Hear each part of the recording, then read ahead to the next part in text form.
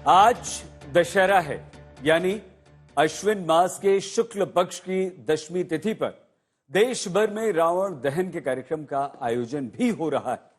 आज रावण दहन के द्वारा हम असत्य पर सत्य की जीत का पर्व मना रहे हैं। आप सभी को पूरे आज तक परिवार की ओर से दशहरे की ढेर सारी हार्दिक शुभकामनाएं।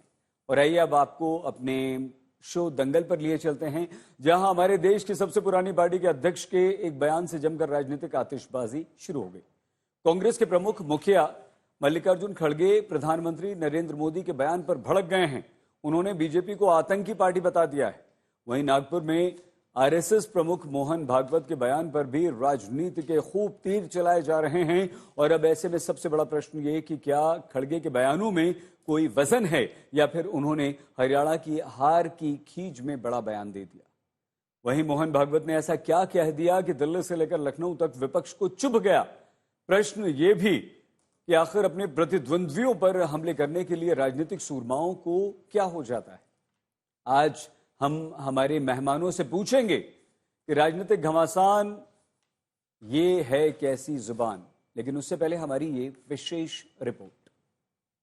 वो खुद ही क्या है बोले तो कि पार्टी टेररिस्ट की पार्टी है, लिंचिंग करते हैं, मारते हैं। जिस पार्टी के नेता देश के पीएम हैं, जिस पार्टी के दुनिया में सबसे ज्यादा कार्यकर्ता हैं, जिस पार्टी ने भारत के इतिहास में तीसरी बार लगातार पीएम दिया, उसी पार्टी के बारे में भारत की सबसे पुरानी पार्टी के मुखिया कुछ ऐसा कह रहे हैं।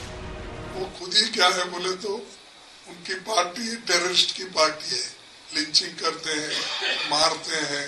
मोदी को तो कोई हक नहीं है। उनकी गवर्नमेंट जहाँ है वहां पर शेड्यूल कास्ट के ऊपर अत्याचार होता है, खासकर ट्राइबल पे अत्याचार होता है। और ऊपर से ये बात भी उन्हें ही कहते हैं कि देखिए तुम्हारे ऊपर अन्याय, क्या हुकूमत हमारी है। दरअसल हरियाणा चुनाव में कांग्रेस की करारी हार हुई है। पार्टी ने सोचा नहीं था कि उसे हरियाणा में तीसरी बार विधानसभा चुनाव में लगातार इतना बड़ा धक्का लगेगा। कांग्रेस अंडरकरंट को नहीं भांप सकी। इसी सिलसिले में जब खड़गे हरियाणा को लेकर मंथन कर रहे थे तो वो बिफर उठे। उन्होंने बीजेपी को लेकर ऐसा बयान दे दिया जिसने नए विवादों को जन्म दिया है। जिंदगी भर हमने तो देखा नहीं कि क्या जो लोग आतंकवादी को साथ देते हैं और वही दूसरे को कहते हैं अपने दिल से जानिए पराया दिल का हाल। स्थिति तो उनकी क्या है पूरे भारतवर्ष में।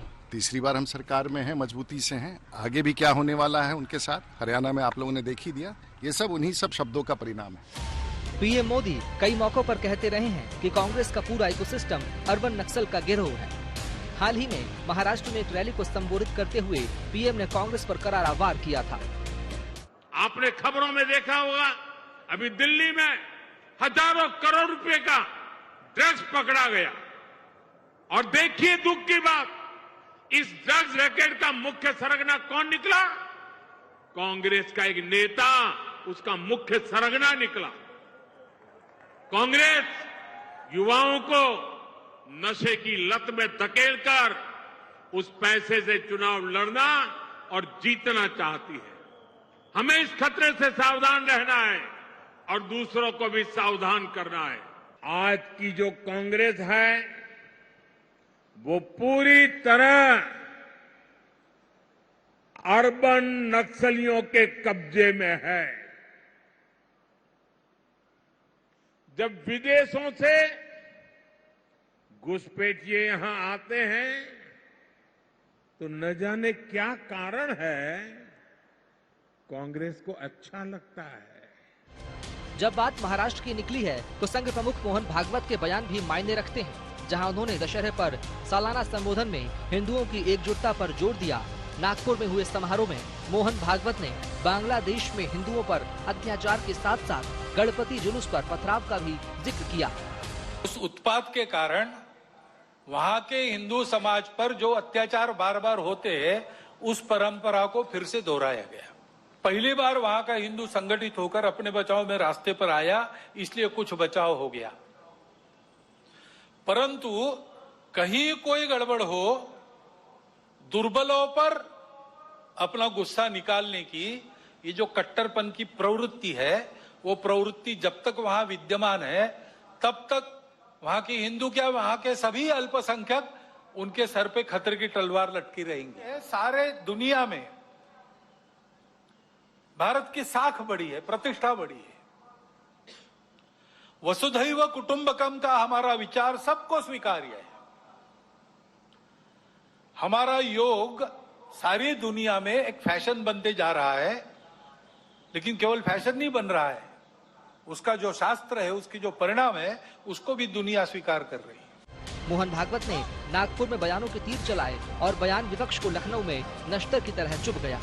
कौन क्या कह रहा है अंतर्राष्ट्रीय स्तर पर, और जिस समय भारत को अपनी फॉरेन पॉलिसी के तहत बांग्लादेश को बचाना चाहिए था, तब भारत के लोग कहाँ थे, या यही लोग जो विचार देने वो कहाँ थे लोग? हमें उस पर कुछ नहीं कहना है। समाजवादी पार्टी ही नहीं, दशहरा पर दिल्ली से कांग्रेस ने भी भागवत पर बयानों के तीर दाग दिए। बांग्लादेश से समझ में आया कि माइनॉरिटीज की क्या स्थिति होती है और माइनॉरिटीज को क्या करना चाहिए, लेकिन एक हैरानी की बात यह है कि वहां तो माइनॉरिटीज को एक होना चाहिए, और हिंदुस्तान में अगर माइनॉरिटी कह दें कि हमें एक होना चाहिए तो इनको लगता है कि साहब ये एक कैसे हो रहे हैं, एक होने की बात कैसे कर रहे हैं, ये तो खतरा है। और फिर भागवत जी कहते हैं कि पूरे विश्व के हिंदुओं को एक होना चाहिए। बिल्कुल ठीक बात है, वेरी गुड। तो ओवैसी साहब अगर पार्लियामेंट में खड़े होकर पैलेस्टाइन का नाम लेते हैं तो इन्हें बुरा क्यों लगता है? आज दशहरा है। हर साल दशहरे के मौके पर ही रावण का दहन किया जाता है, यानी बुराई पर अच्छाई की जीत के प्रतीक का दिन, असत्य पर सत्य की जीत का दिन। ऐसे में उम्मीद की जा रही है कि सियासतदान दशहरा के इस मौके पर इसके मर्म को समझेंगे और गलत बयानबाजी में उलझने की जगह देश को सार्थक मुकाम पर पहुंचाने के लिए दिन रात मेहनत करेंगे। आज तक ब्यूरो।